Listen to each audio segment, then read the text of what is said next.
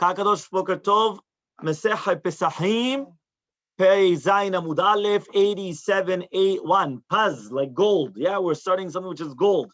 There's a new Perek Shemini, the 8th chapter of Masechet Pesachim. Now remember that we already learned above in Daf Samichalef Amud Aleph that the Korban Pesach is only going to be brought for the people that subscribed to it, which means the Korban Pesach is only going to be brought for people that they actually came and they are nimna, minuyim, right? That's what we call them. So not only can it be brought, but also it's not going to be eaten by only the people which are minuyav, which are subscribed to it. Okay? Or Richard used another word to it, that they are actually participated, I don't remember what. Registered, thank you, to it. So now it says over here like this, okay? Hayisha, a woman, bisman shehi bevet bala, if she's living with her husband, v'shachat alea bala, and the husband slaughtered the Korban Pesach, right, for her, v'shachat alea avia, and also the father. So now imagine right now, you have a woman, and the husband does shechita, yeah? No, not on her, yeah, on the Korban, yeah? But now she's part of that Korban, but her father also did it. You know what it is, a daddy's, a daddy's girl, yeah? So the father also does it. So who does she have to eat from? From her father's or from her husband's? Who comes first? You know, logic? She's married. She's married. Says the Mishnah, Tochal Mishel Bala. She's going to eat from her husband, not from her father. Why? Because Minastam, she wants to do with her husband. Because as long as she didn't say Mefurash that she's going to do it with her father, it's obviously that she's going to do it with her husband. Yeah? That's a good girl. Yeah? Okay. Halcha beregel rishon la'asot beve'at avia. What happens if the first regel, the first chag, right after her wedding, she went to do it in her father's house? V'shachat alea avia v'shachat alea bala. And now you have the same case, right? The father does it for her, and also the husband does it for her. Tochal b'makom shehi rotza. So now in this case, she eats wherever she wants, right? Why? Because basically what happens here is that if she's saying where she wants to eat, then obviously there's nothing to talk about. But here we're talking about the stam. So here the stam, we have a safek, where is she going? Because since we already know that she's going to eat, right, by her parents' house for Pesach, so then maybe she's going to be by her parents. Okay? So because of that, now it's whichever one that she wants. Okay? Fine. Right? It says over here, the Gemara is actually going to say that we're not talking about a case where she always goes to her father's house. And therefore, that's why, even if she does go on the regel, there's still a safek that she want to be part of her husband or part of the father. Obviously, if the husband goes with her to her parents' house, obviously that means that her father is also doing it for them. And then obviously the husband is with them as well. But here we're talking about a case where the husband did it separately, meaning both of them, they did it separately. The husband did one group and the father did another group. And now we have a doubt what happens with this woman. Okay? Very, very good. So now what happens is as follows. Yatom sheshachtu alav apotroposin. What about a yatom? This yatom, right, they come, and this is an orphan that they went and the apotropos, which is the person which is a representative, the one which is the one in charge of their properties, right? How do you call that? Somebody that's a guardian. What was the other word? A guardian. I think that it's custodian, guardian, whichever one you want. Yeah. So now this guardian, this custodian, what happens is that he says over here, he could eat wherever he wants. Right? The Gemara is going to explain why. Eved, when you have a slave of two different partners, you can't eat from either or. Yeah? And we're going to explain obviously in the Gemara why not. Okay? Then it says, that means a slave that has two partners, he cannot eat not on one and not on the other. Next, last case of the Mishnah, if you have a person that he's half a slave and half a free man, he's not allowed to eat from his master's Korban Pesach. Because since Mina Stam, the Adon did not want to count him as part of it, right? Because he's got a Ben Chorin Chelek, which means the master was only going to give him to the Chelek, which is a slave, but he's also half a free man. So the half of a free man part of him, right, was not part of Limnuyav. So because of that, he cannot eat from his master's Korban, right, for the Korban Pesach. Okay, makes sense or not? Yeah? Okay, fine. No, I just wanted to make sure because it looks like there's Rashi and Tosafot and everything on the phones. Okay. Says the Gemara. Yeah? So machloket on the phone. Okay. Fine. There's a part which is a ben chorin, and then there's a part which is an evid. Which one is it? Yeah. So it says over here like this. Yeah. Don't worry, it's permitted. Yeah. Says the Mishnah Gemara. Okay. We were going back to the first case where the woman went on the first regel, on the first chag, she went to her father's house. I remember a joke that somebody once told me, what are you talking about? It was written in the ketubah, shalosh regalim, by the father-in-law. Yeah, it was actually true, by the way, because mamash, it was always Pesach and not Shavuot, but Pesach and Sukkot always was by the father-in-law. So I started laughing with him. Huh? It could be that some people, if they have it, they got it on the head. Listen, that's it. There's nothing what to do. That's part of the galut. You understand? Part of the galut. It's something what it is. Fine. Let's go. Okay. So now basically it says over here like this. Okay. It says like this. We just mentioned that we're talking about Shamat Mina Yesh Breira. So says the Gemara, we learn from here that there's a concept of breira. What does it mean, breira? We are going to try to retroactively, right, find out what was the mindset, which means that even though during the time of the shechita and the sprinkling of the blood, we don't know, right, which one the woman wants, we say that now, retroactively, we find out which one that she wants. Because again, one more time, if it was not that she's going to her father's house, there's no doubt whatsoever she's part of her husband. It's only when that she's going to her father on the first Chag, and then she's going straight to her father's house on Pesach. Now we have a doubt. Now she has a decision. Is it from her father or not? So now 1 second. When they went and they did the Shechita, do we know what her da'at is, what her mindset is? Answer is no. So obviously it comes out that retroactively, which means yesh brera, even though at the time of the Shechita and the sprinkling of the blood, I do not know what her intention is, I said retroactively, now we found out what it was. Okay, so my rotza, what does it mean now if she wants? What does that mean? My rotza, that if she wants, she could do it wherever she wants to eat. Says the Gemara, beshat shchita. Says the Gemara, no. It means that, don't tell me that there is a concept of brera. Really, be'emet, em brera. But what are we talking about here? Only during the time of the shechita, meaning at the time of the shechita, that's when she has to make her decision. Meaning, don't tell me that she didn't make her decision until the end, and now I say retroactively, yesh brera, and chulu. No. From the time of the beginning, she already comes and we already tell her, make up your mind, right? During the time of the shechita. So, embrera. So, minu, now we're going to ask a contradiction. Isha regala rishon ochelet shel avia, mikam va'elach rotza ochel mishel avia v'shel bala. Right? What about, it says, there's a braita that says mefurash, a woman that gets married, right? From the first, meaning the first chag, she is going to eat from the Korban Pesach of her father. And then only afterwards, right, is it that she have a choice from whether it's from her father or from her husband, right, whichever one that she wants. So here it's mefurash in the braita that first of all, rega rishon, for sure she wants her father, right, which means that this is actually by nature, by the way, because you do see that when a woman gets married, she's still attached to her parents, meaning it takes time. Somebody once told me it could take up to 10 years until your wife is considered your wife and not her father's daughter. You understand? Which means that it takes time. Right? It doesn't just come, a person gets married, they change their last name to Gamarnu. No. They're still part of their parents. They're still there. And sometimes it could take years and years and years until finally they let go and they finally, they make that union in their bond, right, with their husbands. But here it's written in the Braita, Mifurash, first regel, for sure with the father. After the first regel, now she has the choice. So you see from here, Mifurash in the Braita, the first one for sure is with the father, and all the other regalim, it's a safek which one does she want. So why is it that by us, even the first regel was a safek, and all the other regalim, it was for sure of the husband? It's not true. Look at this braita. So answers the Gemara la kashya. It's not a question. Kam beredufa lelech, kam b'shena redufa. He says the braita is dealing with a case where a woman that she always wants to go to her father's house. So therefore, in the first regel, for sure she wants to be by her father and be with him. The shar regalim, now we have a safek. And that means a woman that she's always going to be by the father. So the first one, there's no doubt in the world. For sure, there's nothing there. You understand? But afterwards, yeah. Kan b'shena redufa. Here, the other Mishnah is dealing with a woman that she doesn't always go to her father, but her husband's house is very, very chaviv on her. It's very precious on her.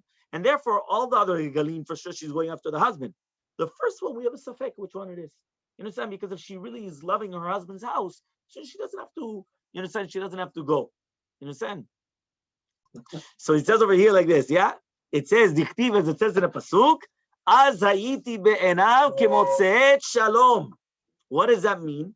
Right? It says, we say it in Shir Hashirim. Some people, they only know the first chapter of Shir Hashirim. Afterwards, they don't know. So they don't know what this is over here.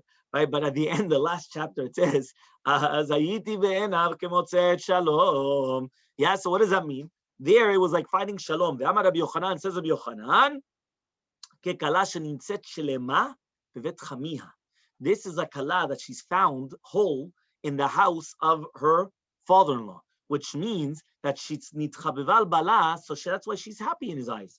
Urdufa lelech leagid shivcha bevet avia, and she's going to always come and tell, right, until kama hi mekubele bevet avia. I mean, she's always running to her father's house to say, look how much I'm accepted in my father-in-law's house. Meaning the woman is coming, and when she's finding shalom, it means that she's always going to be running to her parents, telling them, look how much my in-laws accepted me and they respect me.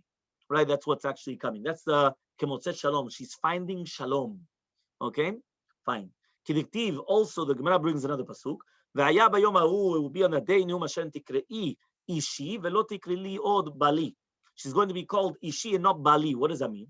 Amar Rabbi Yochanan, the Kavanah, the pasuk is that in the future, Bnei Israel are going to be compared to in front of HaKadosh Baruch Hu like a kala bevet chamia in the house of the father-in-law. That already that she got married and she's not embarrassed of her husband.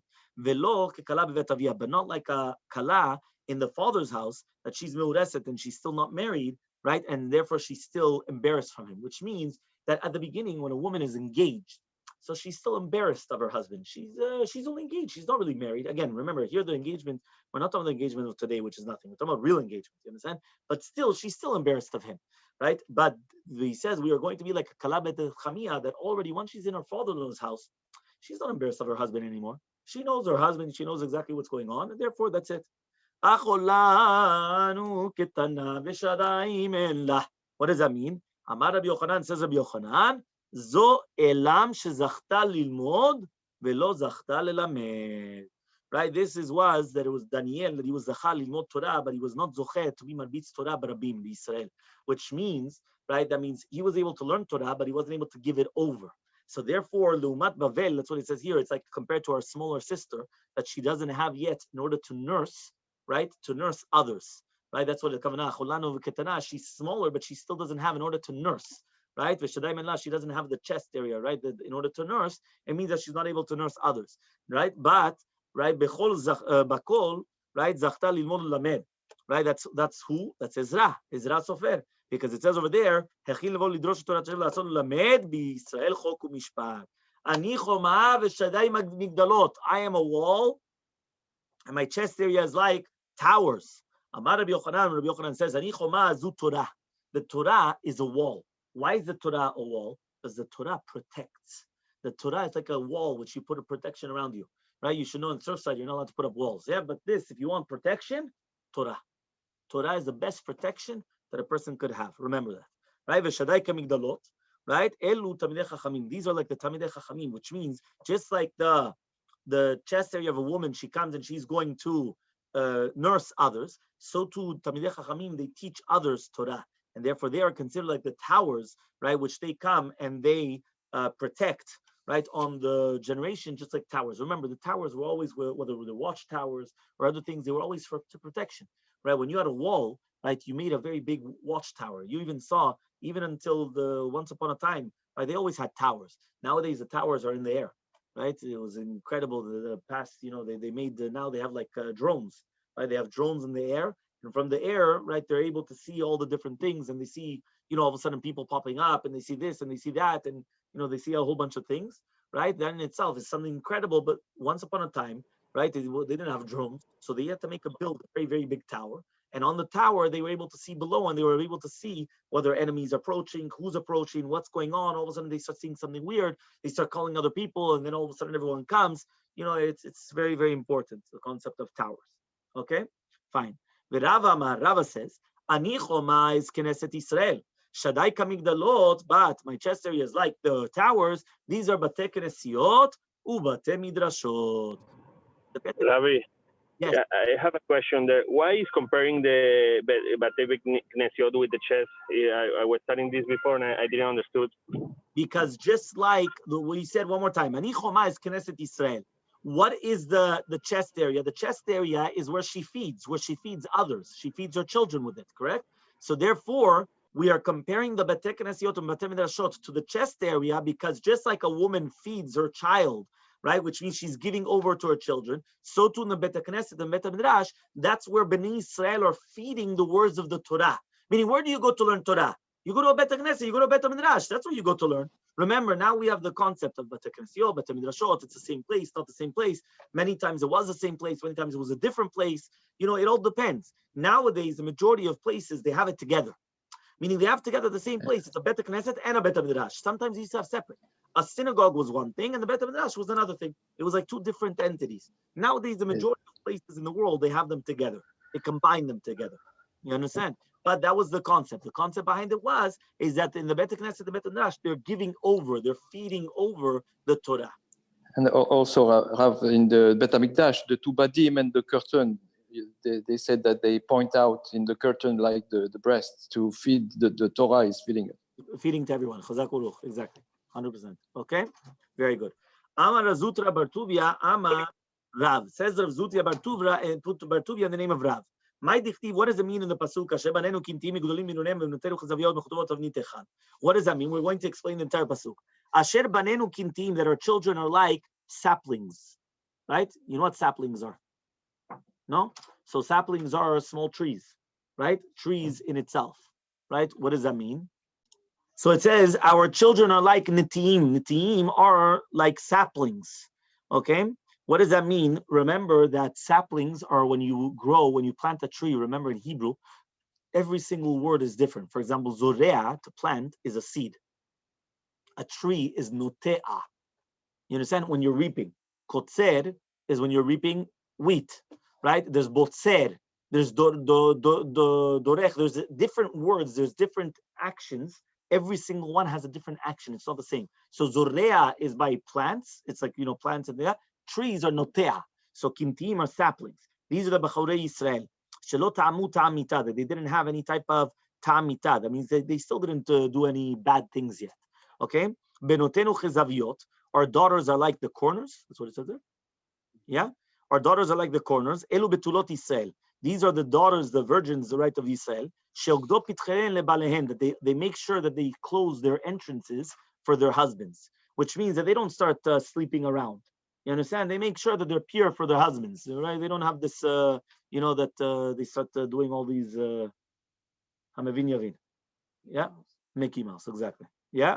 V'chenu omer, and it also says in a pasuk, Umaleu kamizrak kezaviot mizbeach.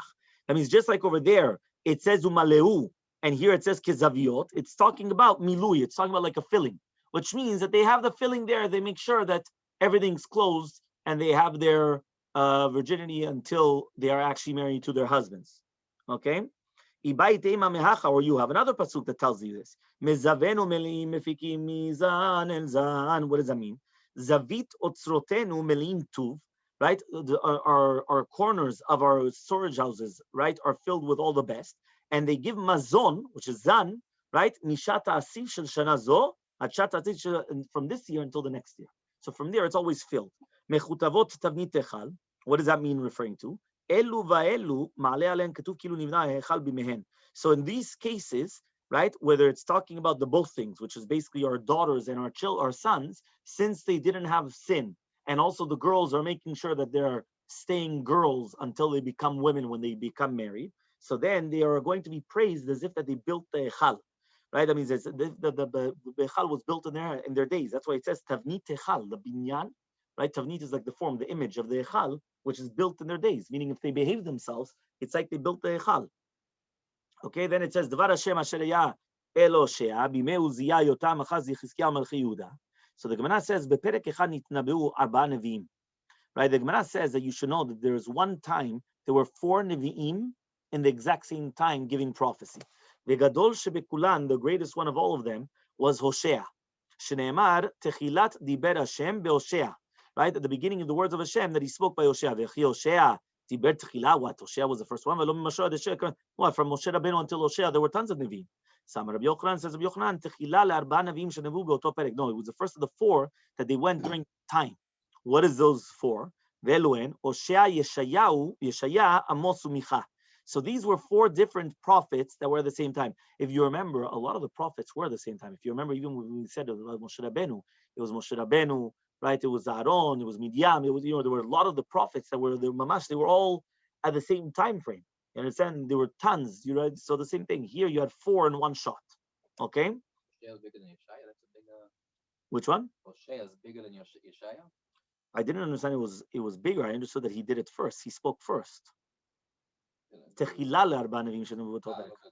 Yeah, he just says he was a Rishon. That's what it says here. He was a Rishon sheitnavu be'otat tkufa, but it doesn't say who's bigger. That's a meaning like in greatness. Okay? So now the Gemara says, okay, it says like this. It says, Amalo Akadosh Baruch Hu lo Hoshea. It says Akadosh Baruch Hu to Hoshea, yeah, banecha chatu, your children sinned. Vayalo lomar, banecha hem, benecha nonecha hem, bnei Avram Yisav Yaakov. Right? Galgel rachamecha alehen. So says the Gemara. What should have Hoshea answered Akadosh Baruch Hu? What do you mean my children sinned? Right? He should have told them, Banechaim, what? They're only my children. They're your children. Right? They're the children of the ones of the grace. The children of Avraham and Yaakov. Have mercy on them. Not only didn't he say that, but rather he went and he said to Akadosh Baruch Hu, the entire world is yours. Just switch them. Get rid of them. Switch them. A pair of shoes. Switch the shoes. What do you care? You understand? You're going to say, listen, he's your child. He's your dad. Nah. Switch. Yeah. Yeah. Switch. Yeah. Very good. So Amarlo, he went and he said, Amar HaKadosh Baruch Hu, what am I going to do to this zaken, Hoshea? Omerlo, he went and he told him, Lech vekach isha zona, talich ala banim zinunim. He went and he told him, you know what? Go take an isha zona. Take a harlot and have children with her. And then he told him, Shalchea me'al panecha, get rid of her. Imu yachol lishloach, afani ashalach et Yisrael. If he could get rid of the zona, so then I'll get rid of Yisrael as well. Shneimar vayomen Hashem Hoshea lekach lecha yeshel zunim el de zunim. Oti vayelech yikach el gomer bat livlaim. So he went and he took this woman called Gomer bat livlaim. So says the Gemara Gomer, Amar Rav shakol gomrim ba, right? Which means that everyone finishes off with her. That means they finish their relations with her and they're enjoying their appetite with her, right? That's Gomer. Gomer Lashon, right? Gomer, right? You finish off with people, yeah. But yeah, what does it mean? We're on Peizayin Mubet, yeah. What is Bat Divlaim? What does it mean? The daughter of Divlaim, right? That she was too dibot. What does that mean? Dibara Bat Dibara. She herself, she had a bad name because of she was promiscuous. She was a zona, but her mother was also the same thing. So therefore, it was zona bat zona bekitzur. Yeah, that's what it was, right? Ho. You see, not pashut. Yeah. Ushmuel Amar. Shmuel says bat divlaim shemetuka befi akol kidvela.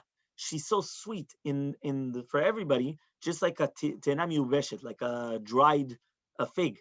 From Yochanan says bat divlaim shakol dashin ba kedvela.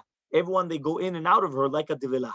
Right, so basically these are, again, each one is just different things and trying to play on her words, on her name, that her name actually shows what she was. They wanted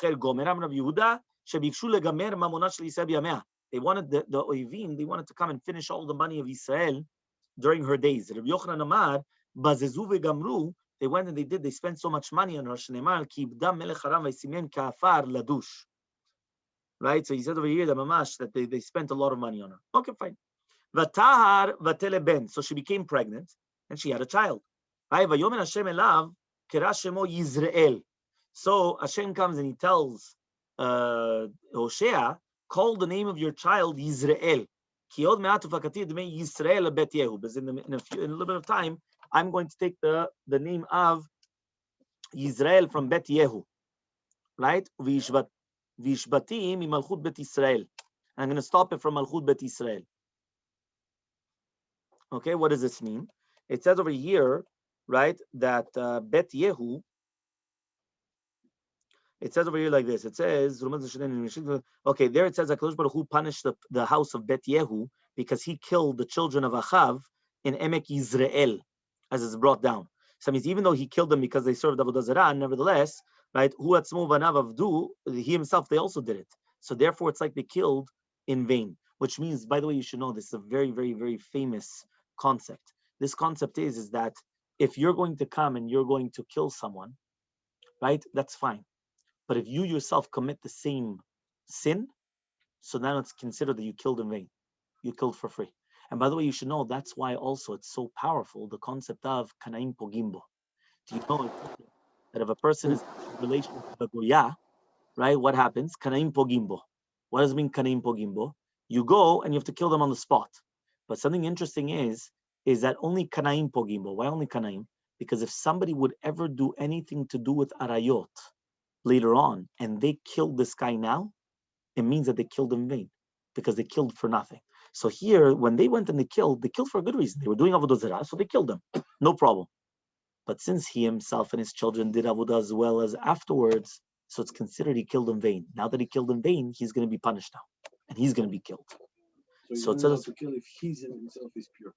Exactly. You're only allowed to kill if you yourself are pure. But even if you're going to, not only now, even if you're going to do the same thing later, the fact that you do the same sin, now it comes out retroactively what you killed was in vain. And now you get punished for it. It's a powerful message. You understand? Very powerful message. Rabbi, it's good to talk about this on YouTube. So now the Gemara says, so what happens? He has a child and he was going to be called Israel because he was going to avenge the blood of Israel on Bet Yehu. Then it says, Vishpatim mamlechut Bet Yisrael, Vatar o vatelebat. Then he had a girl. So he had a boy and a girl from this zona. Vayomer lo, and he tells him, Krat Shema lo ruchama, ki lo osif od arachem et Bet Yisrael, ki naso esa lahem. So he said, call her lo ruchama, that I didn't have any mercy on them, which is referring to when he said. Vatar vateleben, and he had another boy. Vayomer Krat Shema lo ami, it's not my nation. Ki atem lo ami vanochi lo yelachem, because you're not my nation, I'm not for you. So imagine right now, right? Look how many things. Now, by the way, you should know that there's one opinion that says that this is all a dream. That means one opinion actually says that this actually happened. And one opinion actually says that this was all a dream. Meaning this is all like a part of the nevuah. And then what happens? So he had two boys and a girl. Well, you should have learned from Moshe Rabbeinu. Once I spoke to him, he separated from the wife. Separate from her. I can't just get rid of her or divorce her. Right? It says Akash Baruch Hu, what's going on here? You, ishtecha zona. Your wife is a harlot. Yeah, uvanecha bnei zununim. Your children are the children of a harlot. Ve'enata yudeim shelchaim. You don't even know they're your children. Well, you think all of a sudden she becomes a tzaddikat, she gets married to you, and all of a sudden now, she's 100% pure. You understand? You don't even know they're your children. Kach, this is what you are doing, that it's so difficult for you to get divorced from them. Israel, Bnei Israel, Shen Banai, they're my children. Bnei Chanunai, Bechunai, the good children, chosen children from Bnei Avraham, Yisav, Yaakov. Echad me'arba'ah kinyanim, they are one of the four kinyanim that I have in my world. HaKadosh Baruch Hu has a few kinyanim in the world, right? That's what he's going to bring down right now. A few acquisitions in this world. Torah is kinyan echad. Dichtiv Hashem karenu reshit darko. Shamayim va'aretz, the heaven and earth is another one. Dichtiv kol shamayim va'aretz. Bet hamikdash kinyan echad. Dichtiv har ze kanata yamino. And Bnei Yisrael. So they're one of the four acquisitions. You're going to tell me now that? Ve'ata marta, now you're going to tell me havidem, right? That you're going to come and havidem b'uma acheret. Just switch them with another umah, with another. How do you call it? Switch them with another nation. How are you going to tell me that? How does that make sense? Kevan shiada shechata. Now that he understood that he sinned, so he went and he wanted to ask mercy for himself. And Akadosh Baruch Hu says, before even asking mercy for yourself, right? Go ask for mercy on Israel. Because of you, I actually went and I made 3 different decrees against them. Galut, right? That's why it was Israel. Hastarat panim, was he says lo ami. And right, and number 3, he's not going to have mercy on them.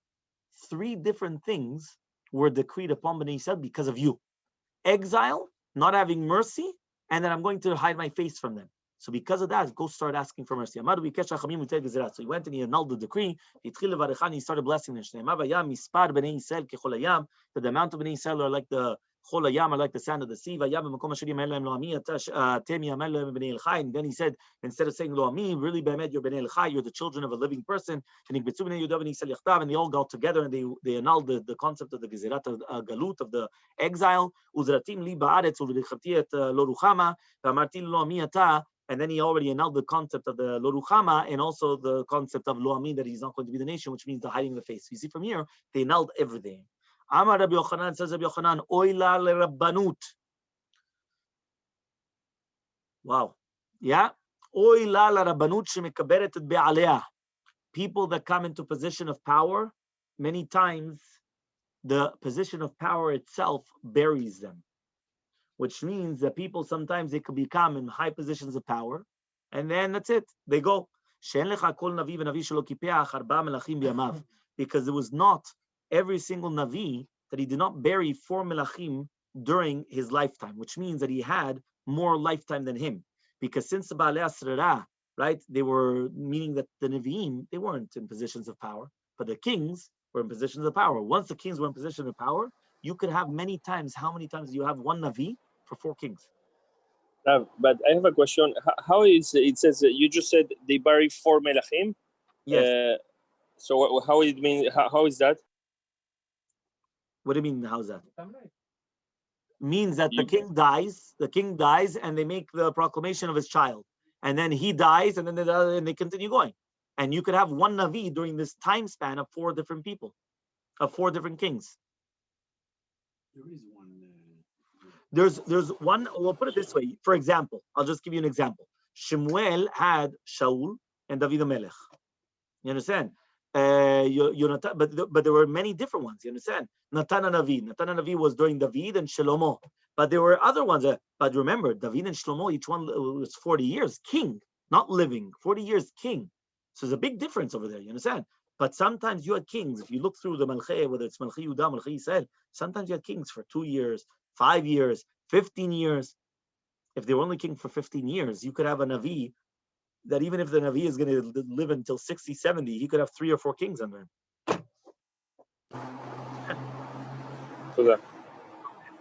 It says, Amar Rabbi Yochanan, remember, Shenecha kol Navim Shuluk Be'arba Melachim Be'yamav Shneimar Chazon Yeshayahu Ben Amos Zakash Yudum Shalayim B'Mei Uziyahu Yotam Chazik Is Malchei Yehuda. So from that pasuk, which is Shabbat Chazon, right? It comes over here and it says, when it says Elecha kol Navim, it's Lav Davka. The Kavanah is Nevi'im to do with what they spoke about. Fine. Then it says in the Gemara, Rabbi Yochanan, says Rabbi Yochanan, why was it that Yerovam, the son of Yoash Melech Yisrael, he was with the Malchei Yehuda? Because he didn't receive Lashon Hara on Amos. Menalan, how do we know? Menalan de'imni, how do we know that he was counted with the children of Yehuda? How do we know that he was counted with the children of Yehuda? It says in Pasuk Dvar Hashem Asheriyah Eloshia ben Be'eri b'mei Uziyahu Yotam Echaz Yechezkiyahu Melech Yehuda b'mei Yoravam ben Yoash Melech Yisrael. So it says over here that when it says Dvar Hashem Asheriyah Eloshia ben Be'eri b'mei Uziyahu Yotam Echaz Yechezkiyahu Melech Yehuda u'b'mei Yerovam ben Yoash, so he counted them together. U'minalan delo kibel Lashon Hara. How do we know that he didn't accept Lashon Hara on Amos? Okay, so it says over here, right? It says over here.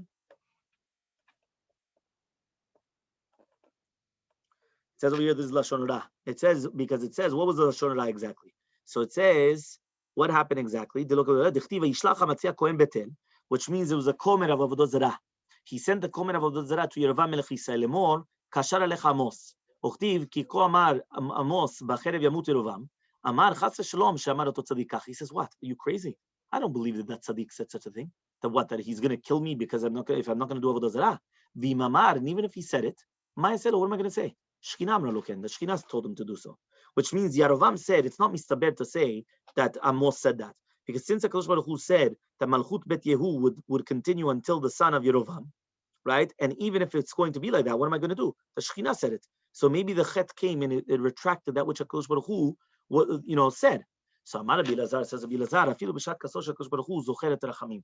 Even when HaKadosh Baruch Hu gets angry, right? That's what it means. He's angry, still he remembers mercy. Because he says that even during the time of the Puranut, he's still saying the entire concept of mercy. From another pasuk, which means that even though it's like a question, what? I'm going to come and carry their sin. But really, be'emet, it's also a lashon selicha, that he's actually carrying their burden. Amar Rabbi Elazar, says Rabbi Elazar, lo yigla HaKadosh Baruch Hu et Yisrael ben ha'omot, ala kadesh yitzvu alehem gerim. Why is it that HaKadosh Baruch Hu sent us amongst the different nations? In order that we should get gerim. We should get gerim from all the different nations. Huh? We're going to Olam Haba. Yeah? So it says here, It's lost neshamot. lost in Shemot, exactly. You see, John Paul, he's on the ball all the time. Yeah, but it says here, if the Kavanah was to punish them on their sins, so then he could have punished them with another sin. So why did he specifically come and send them around the world? So that way you're going to have from all the different nations gerim. Yeah? Shneimar, right? Shneimar, but it says in the pasuk, Uzratem li ba'aretz. Yeah, you're going to come and you're going to plant it in the land. He says, right? He says what? Is a person going to come and he's going to be zorea seat vua, only to come in and to bring in some tvua? Rabbi Yochanan says mehacha from another pasuk, verichamti et lo ruchama, which means that that which is not my nation now, they're going to become my nation. Which means the people that they're not my nation because they were goyim, afterwards they're going to convert and then they're going to become like the Jews. So therefore, the purpose of HaKadosh Baruch Hu sending us into exile was not only just as a punishment. It was that way we will be able to bring all the kiddusha from the klipot. Yeah, we have to take out all the kiddusha from there. Okay, fine. So it says over here.